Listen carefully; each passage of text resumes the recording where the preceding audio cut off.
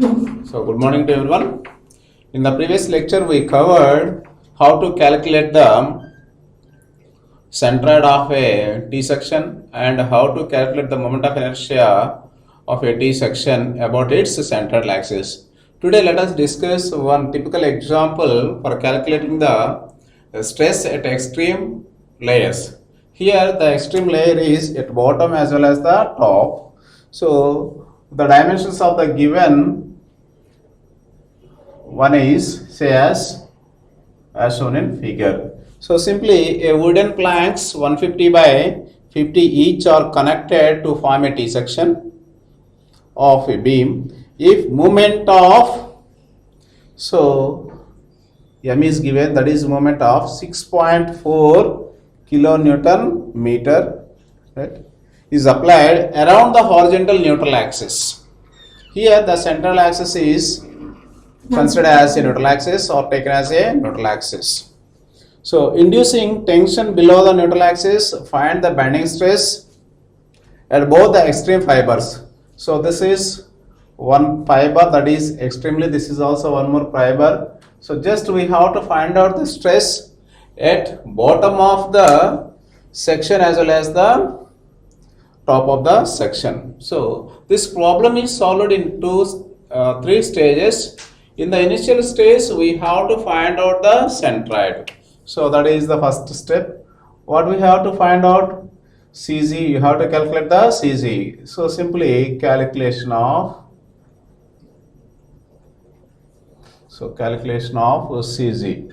So I think that in the previous class we discussed how to calculate the center of gravity of a T section in detail. So based on that information, I am going to calculate the CZ of T section about center, CZ about its chosen axis directly.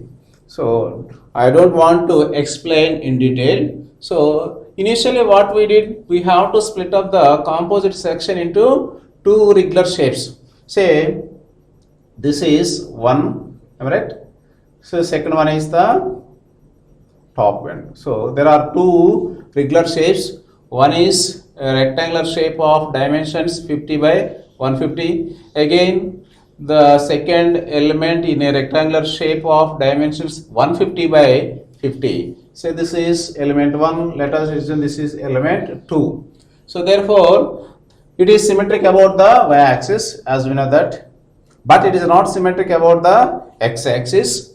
Though it is symmetric about the y-axis, you must find out the centroid with respect to the chosen axis. Just I would like to choose the axis at the bottom of the figure represented by xx. So this is the diagram for determining the centroid as well as the moment. So it means whenever it is symmetric about y-axis, simply the centroid lies on the y-axis. So just y bar calculation is sufficient. With what about y bar? So what about the first one? Let us take the one important point. So this is the base, this is the depth. Say as y bar is a1 y1 plus a2 y2 by a1 plus a2. This is the formula. So what about the a1? 50 into 150, 50 into 150. If the hatching portion is taken as a one regular shape, what about the centroidal distance of the first rectangle represented with the hatching portion, that is 150 by 2 into 150 by 2, that is y1. So this is the a1, this is y1. So plus, what about a2? So the base of the second rectangle, which is unhatched portion, that is 150 into 150 into, what about the depth, that is 50. Here we have to remember y2. y2 is measured from the x-axis to the centroid of the second element. This is the g2. So what about that? That is 150 plus 50 by 2. 150 plus 50 by 2. So whole divided by, what about A1? 50 into 150 plus 150 into 50. Finally, the centroid of the composite section is 125 mm from the x-axis. This is calculated.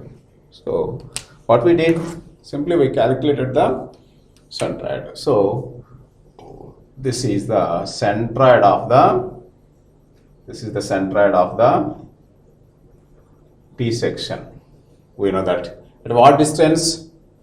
This is y bar, which is equal lower. So simply it is lower. It produces the tensile stress that is assumed as y1. So definitely it is the y C or y2 that is equal. The total is 200. That is 200 minus. So minus, that is equal, what about this value? 125. 200 minus 125. Simply its value is simply y C is equal to y2 is equal to, so 200 minus 125, that is equal to 75, and yt is equal to, y1 is equal to, that is 125. Just we have to find out the stress at bottom end. It means at a distance y1 is equal to 25, and the stress induced in the top end at a distance 75 from the neutral axis, that is y2. This is the first part. Let us see the next one is the calculation of the moment of inertia. So what about the calculation of the moment of inertia? The second one is calculation of moment of inertia about CZ.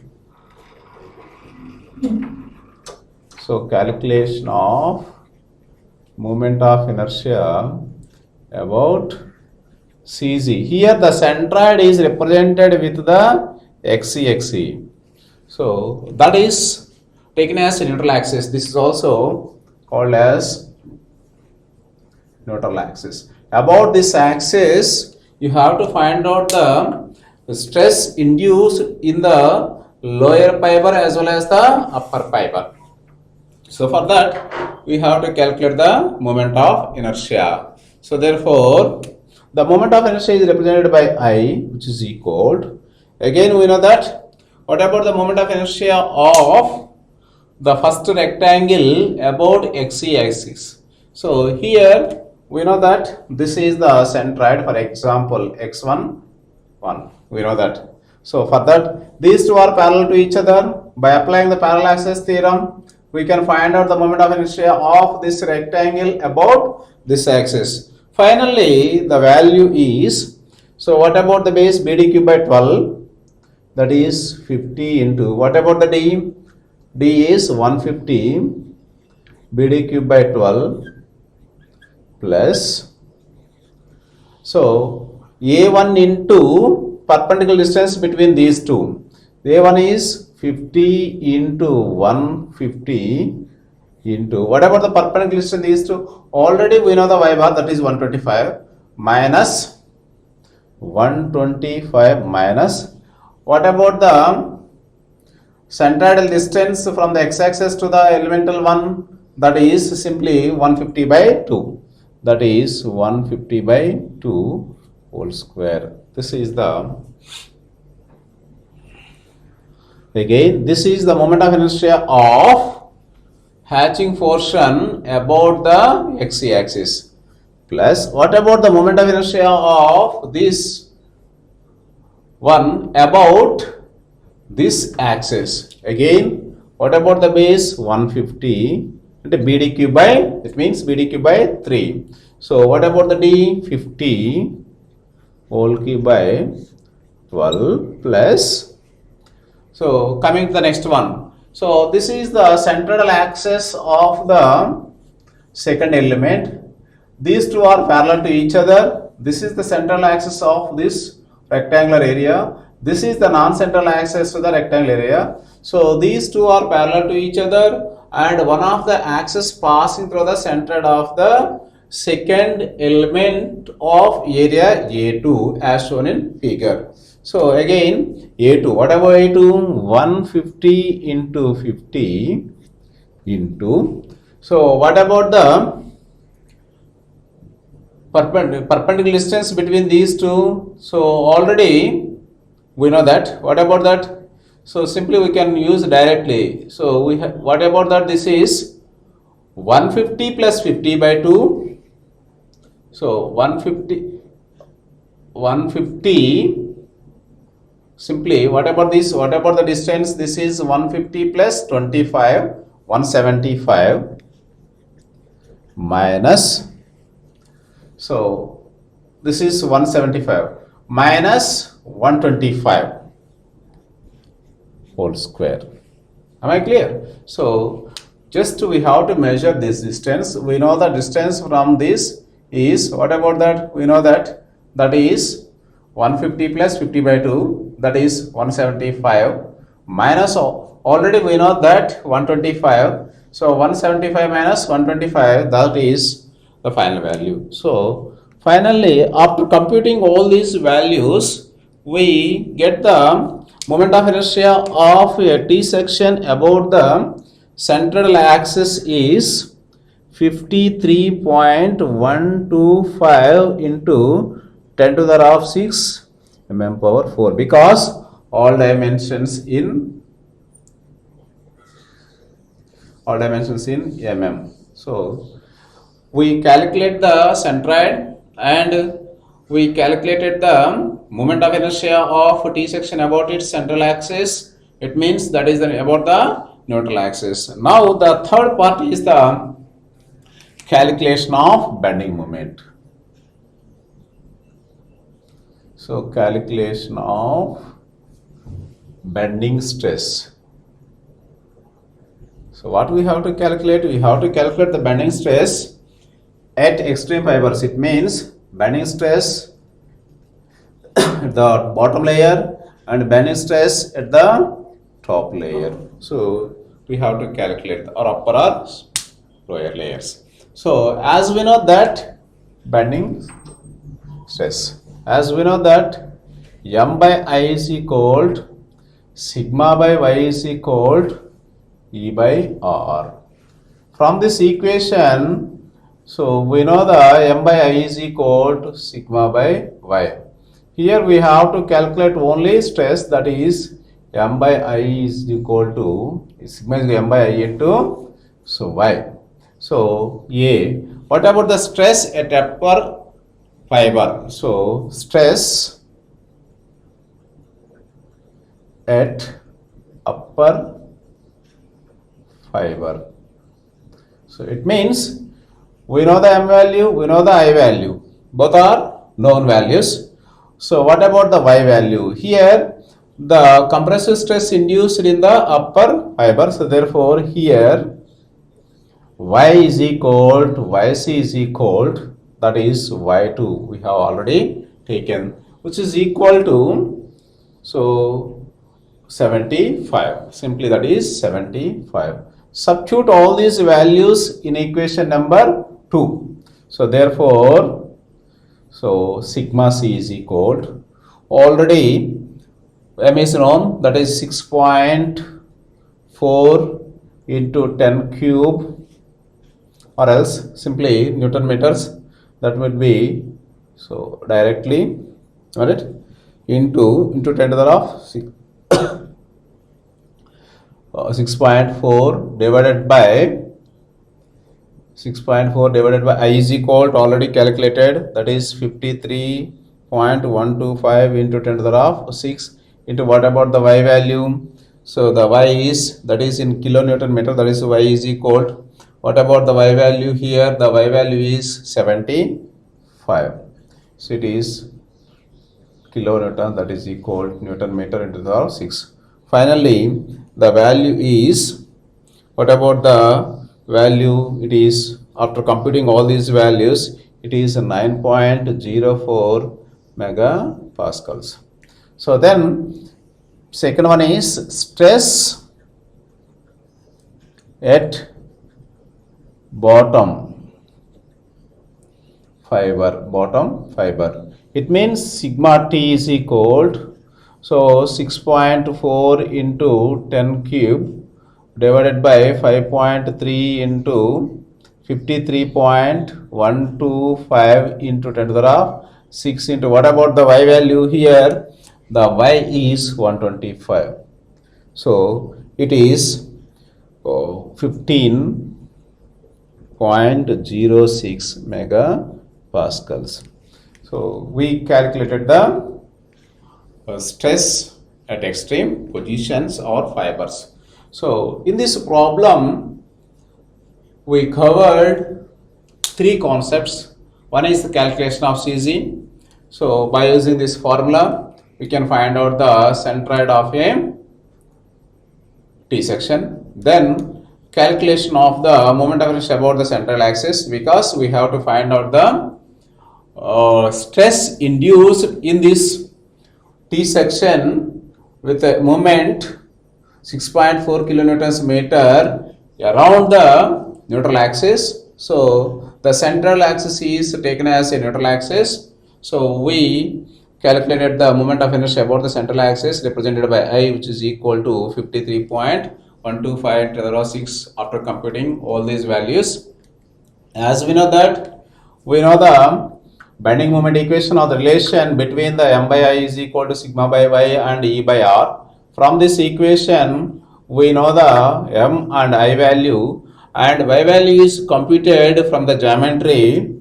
So for calculating the bending stress at extreme positions, so then substitute all these values in equation number 2. So for finally we got the bending stress at bottom. And now let us see one more typical problem, high section.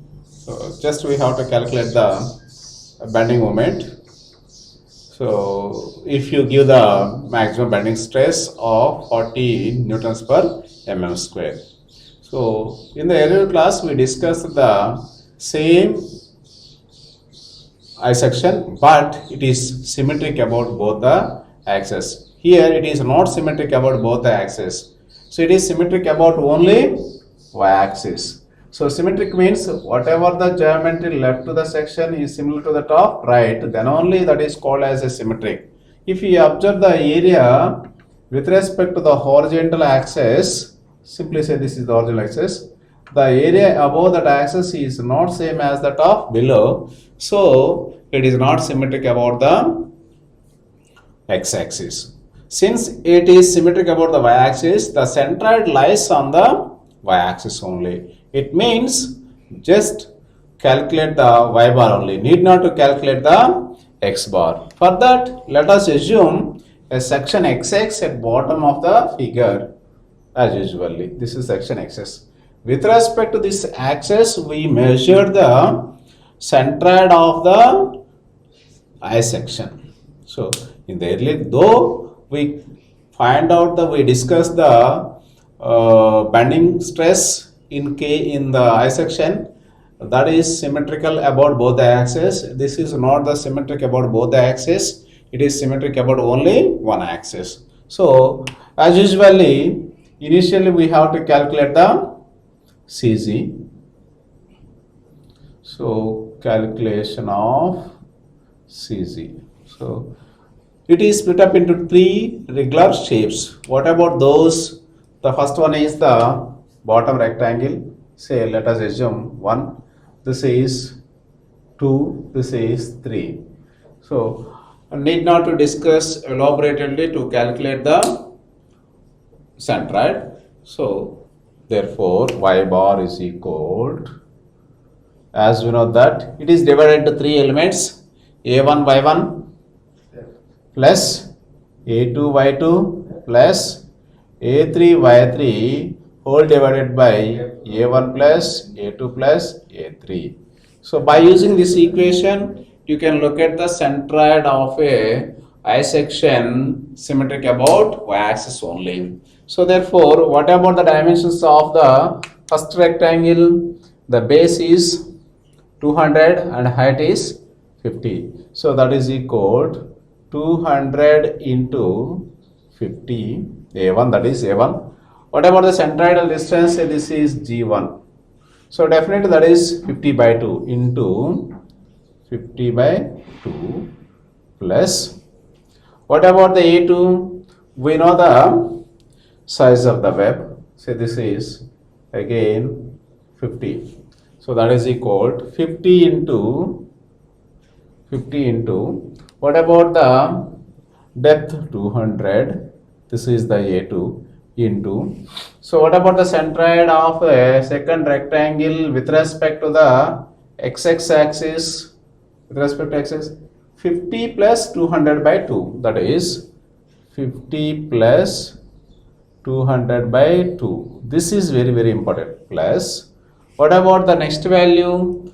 A3. A3 is 100 into 50. 100 into 50 into. So, what about the Y3? Y3 is 50 plus 200. 250 plus 50 by 2. So, 50 plus 200 plus 50 by 2. So this is the Y3. So this calculation is very important. If you make any mistake, the entire problem or the final answer is wrong. So that's why careful while determining the center of gravity or centroid or y bar. Be careful. That is equal. What about the area of first rectangle? 200 into 50 plus. What about the next one? So 50 into 200 plus 100 into 50. Finally, y bar is equal to 125 mm. If all the dimensions are in mm, the y value is 150 mm. That is the first part. Coming to the second part, calculation of moment of inertia. So calculation of moment of inertia about CZ. So already we calculate the CZ. So for example, that is 125. Let us assume this is the centroidal axis. Centroidal axis. It is also called as neutral axis. Neutral axis. We know that. Then calculate the moment of inertia of I section about the centroidal axis represented by I. So here itself you have, by using the parallel axis theorem only, you can find out the moment of inertia.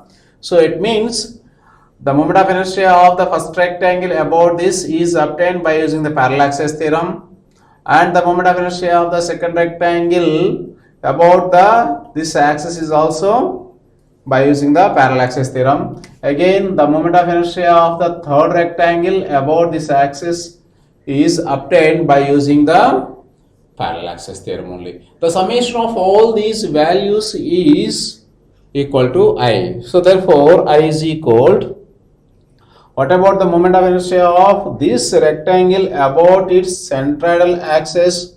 Say this is the central axis x1 for example. Simply BDQ by 12. What about the B?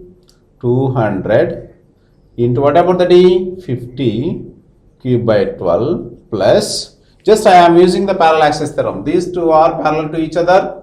So one of the axis is passing through the centroid of the element 1. So say this is, let us assume, perpendicular distance. What about this value? Already we know this value, that is equal to 125. This is 125. 125 minus 25.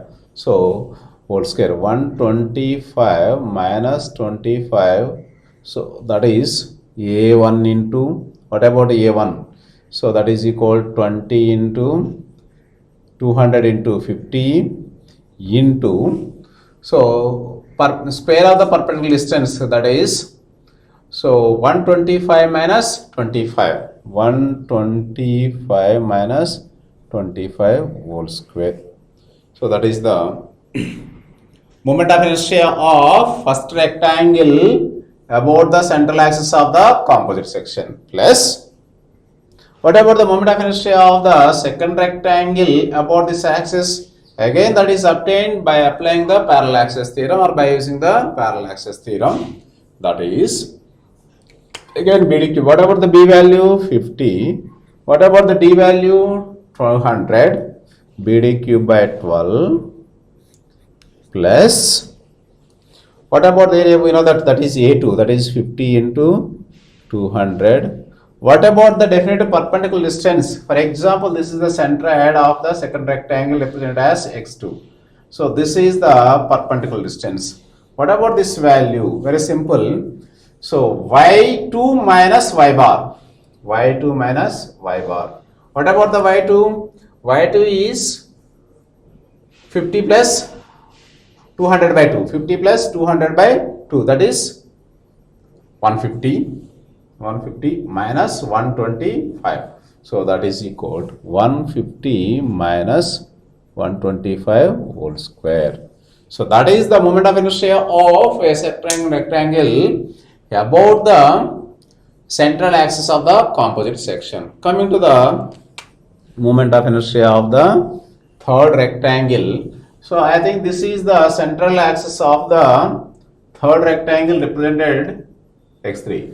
The moment of inertia of this rectangle about this axis is, so base is 100, depth is 50, BDQ by 12 plus the area of the third rectangle is 100 into 50. What about the, so perpendicular distance between these two axes? This, say this is the perpendicular distance. What about that value? Simply the total length is 300 minus 25. So this is 275 minus what about the central distance? So that is 125. So simply what about the final value? In other words, simply what about that? 50 plus 200 plus 50 by 2. That may be rewritten as or represented as 50 plus 200 plus 50 plus 200 plus 50 by 2. We know that minus. What about the y bar? Y bar is known, that is, this is the y bar is equal to 125. 125 whole square. So this is the moment of inertia of I section about its central axis. Its final value is, therefore, I is equal to 255.2 into 10 to the power 6 mm power 4. So what we calculated, we have to find the centroid about the given or chosen axis, then calculate the moment of inertia of the composite section about the known central axis. Then finally we have to find out the moment. So therefore third one is the calculation of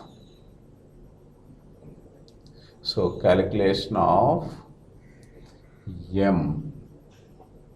It is to be calculated. As we know that M by I is equal to sigma by Y is equal to E by R, say equation. By using this equation, this can be rewritten as M by I is equal to sigma by Y, say equation number A. Already we know the I value, we know the sigma value that is given, that is 40 Newton per mm square, and we know the Y value. Here Y is taken either from the any one of its extreme positions. So I would like to take both the ends. So then say as, then you can find out the moment. Therefore M is equal to sigma by Y into I. This can be rewritten as sigma into I by y. As we know that I by y is equal to z, that is equal to sigma into z. For example, here y is equal to 125. Simply substitute y value in equation number C. So therefore, what about the sigma value? Sigma is 40 into I is already calculated, that is 255 into 2 into 10 to the power 6 whole divided by 125. Say this is, for example, D. Then you can find out the when y is equal to 300 minus 125 also. That is the moment when y is equal to, that is equal to 175. So therefore again m is 40 into 255.2 into 10 to the power 6 whole divided by 175 also. Simply say as this is E. From these two last equations we can conclude the maximum bending moment occurs, so the y at a distance 125. So this is the procedure to calculate the bending moment at a particular position if the stress is induced in a I section, so which is equal to 40 Newton per mm square.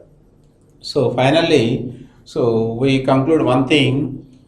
In case of the unsymmetrical sections, you must calculate the centroid. Why?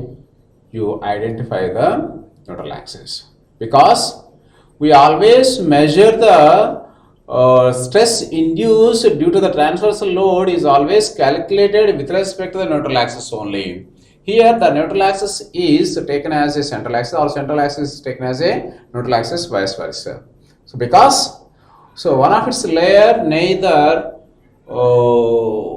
decrease in length or increase in length, since that portion is called as a centroidal or the neutral axis. With respect to that axis only we have to measure the y value. Then only we can find out the maximum stress induced in a particular position with respect to the neutral axis. It will help to plot the graph or a stress distribution. So that's why the calculation of the centroidal axis is very, very important. The calculation of the centroid is very, very important for determining the moment of inertia of the centroid. So today we covered calculation of the CG for the T section and I section, and calculate the moment of inertia about the central axis of the T and I section. And in the T section we calculated the binding stress in both the extreme fibers, and then in case of the I sections the bending stress is given, which is equal to 40 Newton per mm square. For that, how much amount of the moment is applied around the neutral axis, which is equal to, so obtained at a particular position, which is equal to at y is equal to 125 mm. So let us see the some more typical examples in the next class. So thank you.